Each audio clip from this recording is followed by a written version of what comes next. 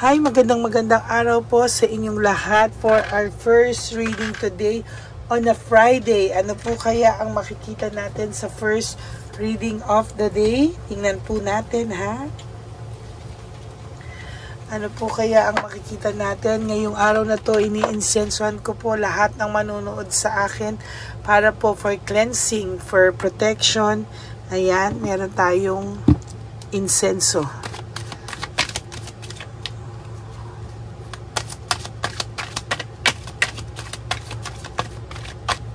Ano po ang makikita natin sa reading of the day today, no?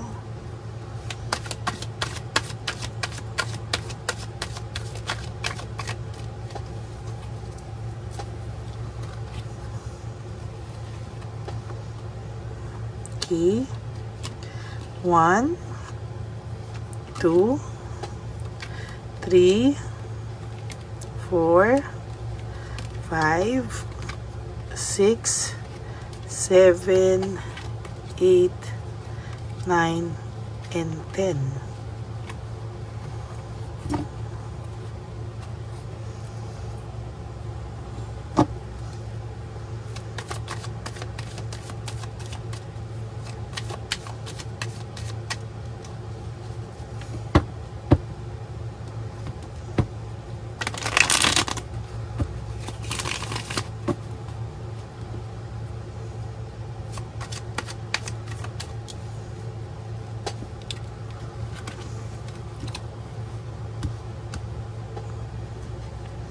One, 2, 3, 4, 5, 6, 7, 8, 9, and 10.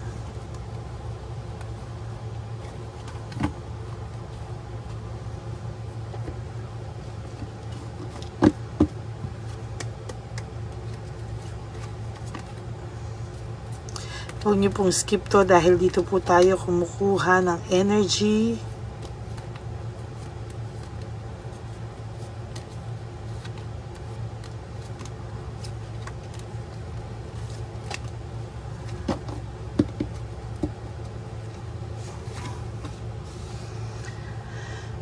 Lost opportunity or missed chance, marami po siya sa buhay niya ngayon na hindi po matapos-tapos. Marami po siya ngayon na hindi niya po magawan ng tamang desisyon. And somehow, meron po akong nakikita na meron po itong transaction or dapat na blessing pero naharang po, no? Somehow, sunod-sunod po talaga yung mga karma nito at nararamdaman niya po at sinabi niya na nakakarma daw po siya dahil sa ginawa niya sa iyo or nagawa niya sa iyo or dahil sa nasaktan ka niya, no? For some reason, isa rin daw sa karma nakikita niya ay balang araw kapag ikaw daw po ay nakakita na ng taong mamahalin mo o ito po ay isa sa mga kinakatakutan niya, no? Kinakatakutan niya po talaga. Ang pakiramdam niya po ay nakakarma siya.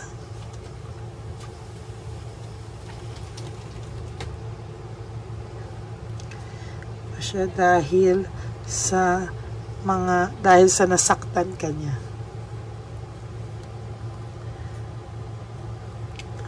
Dahil sa nasaktan kanya ng sobra.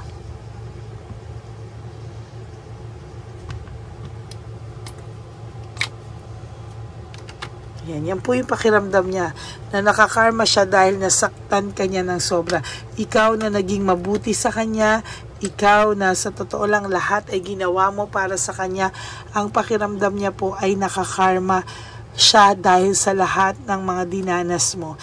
He or she really wants to reach out to you, pero sa totoo lang po parang hindi niya po kinakayang mag-reach out sa iyo sa ngayon, not because of anything else, but because hindi niya po alam kung paano niya sisimulan at ano po ang gagawin niya. Hindi niya pa nga po naaayos yung sitwasyon niya ngayon dito sa third party nyo, no?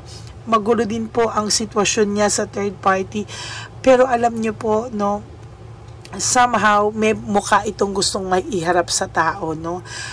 Pinapalabas po niya na mukha silang masaya, mukha pa rin silang happy, pero ayan po, ikaw at ikaw pa rin po yung naiisip niya, at hindi niya po actually alam bakit ka pa rin niya naiisip. Sabi niya, is it because of guilt? Is it because mahal pa rin kita? Is it because namimiss kita? Or all of the above, no? Or dahil sa nasaktan ka niya ng sobra at hindi po siya pinapatahimik at aligaga po siya lagi, no? Kahit daw po anong gawin niya lately, kahit anong gawin niya po, lagi po siyang may takot, no? Hindi niya maintindihan, lagi siyang may takot, lagi siyang may nararamdaman na pagkaaligaga without even know kung ano po yung talagang rason, no? Naaaligaga siya, pakiramdam niya po may panic attack siya, pero may awakening and reflection siya. Pilit niya pong gustong intindihin, pilit niya pong gustong saklawan yung rason, no? Pero hindi niya po talaga magawa. Talagang ito pong taong to ay stress and burnout sa mga oras na to. Gusto niya po, ayan, pinapasok natin sa energy niya, no? Yung sa mga oras na to, habang ikaw ay binabasahan ko yung person mo po na iniisip ay naiisip ka po sa mga oras na ito. Wala ka na pong pupuntahan na mas worse pa dito. Hindi ka na po masasaktan ng mas worse pa dito. Pero sa totoo lang po, siya po ang makakaranas sa mga susunod na panahon ng ganyang pakiramdam, no? Sa totoo lang po, leaving behind, walking away, talagang nasasaktan ka po at nasasaktan ka pa rin po sa pag-alis niya. And somehow, hindi niya po talaga maiwasan na maisip ka sa araw-araw. Okay, ano po ba yung nangyayari? Lahat po ng pag-iisip niya, pagkagising niya pa lang po, hindi niya alam bakit nasa isipan ka na daw po niya kaagad, no? Hindi niya po alam bakit, pero somehow, ayan, no, talaga pong ginagawan ka po ng tao na ito ng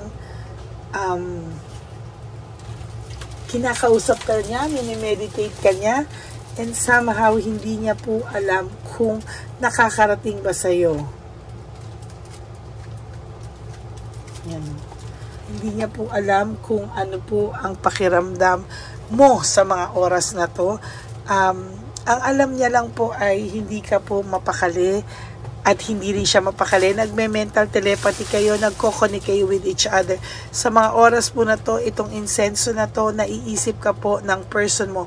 So lahat po ng manunood sa akin, if paulit-ulit niyo po itong panonoorin, maiisip ka pong paulit-ulit ng person mo dahil right at this very moment, ginagawan ko po ng parang mini-mental telepathy din po natin siya or pinapasok din natin yung energy niya, kaya maiisip ka po niya habang pinapanood mo ito.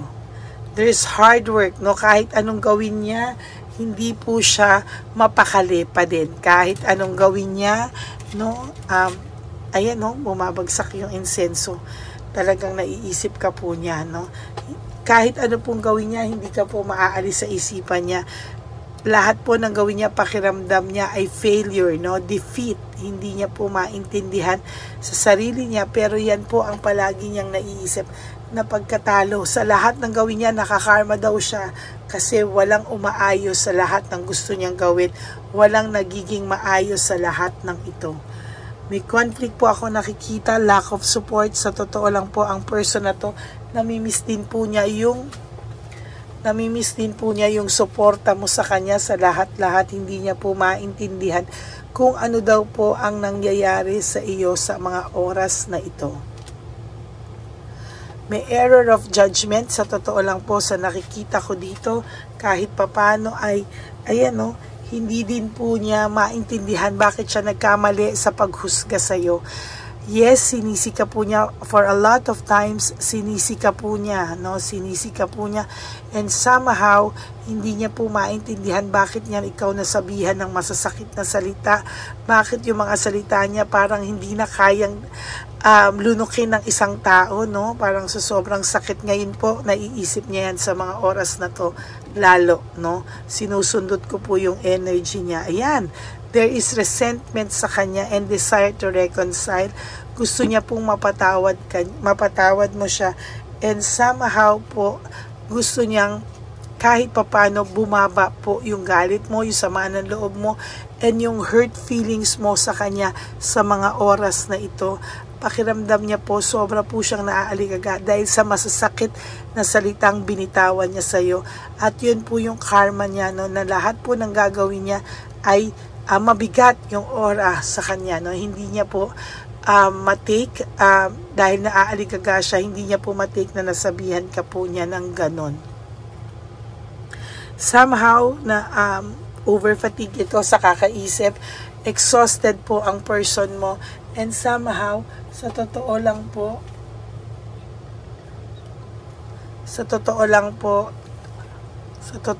siya po ay exhausted sa mga pag naiisip niya po na nasaktan ka po niya sa mga salita niya, at hindi niya po matanggap na nakasakit siya at nasaktan ka po niya ng sobra. Somehow nagsisisi po ito, pero wala po tayong magagawa, kasalanan niya po yan, at siya po ang gumawa niyan sa sarili niya. Naging rude siya at the end of your relationship, kaya po talagang hindi niya po matanggap ito.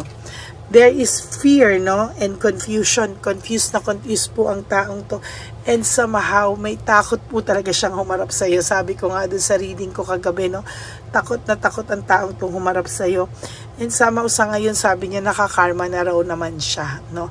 Yung babae or lalaki na kinakasama niya ngayon, ang current relationship niya, ay isa po sa mga karma niya, sa totoo lang, no.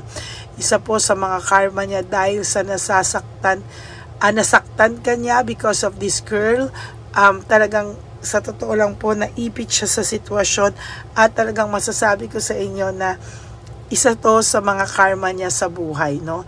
Itong babaeng to, kung gaano siya na naging masakit na salita sa iyo, mga binitawan niya masasakit na salita sa iyo, itong third person ngayon ay halos minumura rin po siya, at talagang masasabi ko sa inyo na talaga pong masakit magsalita, no, hindi rin kakayaning tanggapin, ano. For some reason, naghahanap po ito ng diversion, no. Baka may kinakausap na naman tong iba, ginagantihan niya ang third person nyo, pero sa totoo lang po, ikaw pa rin po ang nasa puso ng person na to. Hindi lang po sa puso actually, because naiisip ka po niya most of the time, no? So, ayan po, naiisip ka po niya, at parang pakiramdam niya po ay ikaw talaga simula sa umaga hanggang gabi sa pagtulog niya, dala-dala niya po yung pagkaaligaga niya, no? Somehow, sa nakikita ko po dito, no? Sa nakikita ko po dito ay matindi po yung pagiging matapang mo, no? Yung pagiging focus mo, yung pagiging matapang mo, nakukumpara niya po in a very good way, kasi ikaw daw po ay matapang sa dahil pinaglalaban mo yung alam mong tama, ganyan, pero hindi ka po bastos na tao, no? Katulad po, minsan may nasasabi ka rin masasakit, minsan nakapagbitiw ka rin masakit na salita, pero hindi po sobra-sobra katulad ng babae o lalaki na kasama niya ngayon. When it comes to financial security, mas stable ka po ngayon, no? Financially, siya po ay nag-i-struggle ngayon financially, no? Wala po siyang motivation, no motivation, lack of passion, and very uninspired. Kung alam nyo lang po na lahat po ng gagawin nito ay wala po siyang kagana-gana, no? At ang balik po sa kanya ng energy ay wala rin pong gana, no? So, sabi niya nga sa lahat ng ginagawa niya ngayon, nakakarma siya, parang bumalik sa kanya lahat ng masasakit na ginawa niya sa iyo, masasakit na salita, siya po ngayon ang nakakaranas nito. There is no right choice. Hindi po right choice yung ginawa niya. Confused siya dahil daw po, para akong napasok, dahil daw po nakaramdam ako ng init. Wala namang init dito. Okay, no right choice, confused, very confused po ang tao sa oras at araw na to, lalo na po ngayon, na isinindihan ko to, lalo niya pong maiisip na sana, no, hindi po ikaw sumuko sa kanya, sana balang araw, pag bumalik siya sa iyo ay makaramdam pa rin po ikaw ng totally na magiging masaya ka pa po sa mga oras na ito. No? Alam niyo po, itong taong ito ay nakakaramdam ng parang masaklap daw yung nangyari sa kanya, pero somehow sabi niya deserve niya yan because siya po ang gumawa niyan sa sarili niya. Okay? So that's it for your first reading today. Nakakarma siya dahil sa nasaktan kanya ng sobra. Somehow po mga kapatid, bumalik lang po sa kanya yung sakit na binigay niya sa iyo ng bonggang-bongga. No? So yan po ang first reading of the day natin. For those of you who would like to have a private reading with me, you can message me po at Lady Lee Elena, that's Ladyly Elena. Nasa dulo po yan ng ating video, dyan nyo lang po ako makokontak. That's my only official and legit FB account. Ano? At isa pa po sa nakikita ko ay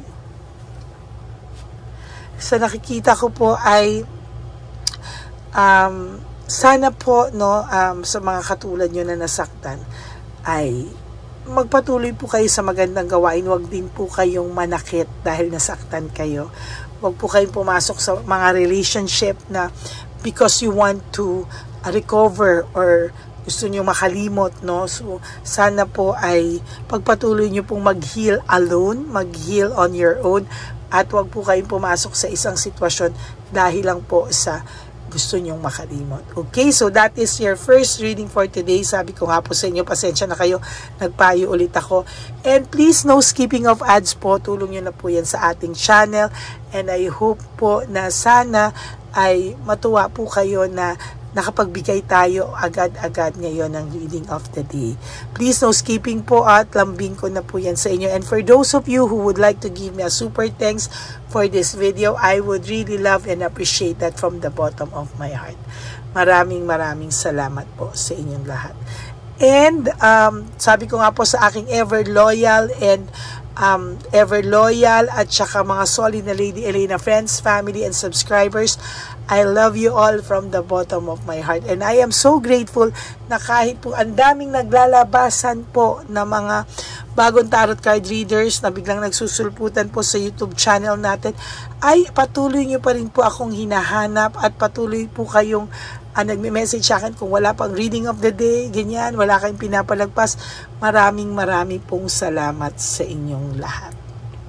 And of course, ang kapalit naman po nun ay ang commitment ko na kahit nasang lupalop ako ng daigdig at kahit may sakit o wala, magbibigay po ako sa inyo ng reading of the day. Ayan. Sana po ay mapanood nyo po yung first, second, and third reading kahapon bago po kayo lumagtaw dito para panoorin ito. Okay? Maraming salamat po. And sabi ko nga po, life is too short. Don't make it shorter by stressing yourself from all the pains and heartaches na binigay sa inyo ng kahapon. Just surrender everything to the divine universe and just let go and let God write your life and love story. I will be back for another set of reading. Huwag po kayong malulungkot, magbabalik po ako. And isa pa po sa mga payo ko is just to live one day at a time. Huwag nyo muna pong isipin ang birthday nyo, birthday ng jowa nyo, ex nyo, anniversary, birthdays, anniversary, Christmas, New Year, Valentine's Day, summer season, rainy season. Just live for today. Ngayong araw lang po, gumising ka at matulog ka na you do 3 things para po sa sarili nyo at para mapasaya nyo po ang sarili nyo. Okay, maraming salamat. Hahayaan ko lang po ang insenso na ito na mag-light hanggang maubos siya para po maisip ka po ng person mo right at this very moment.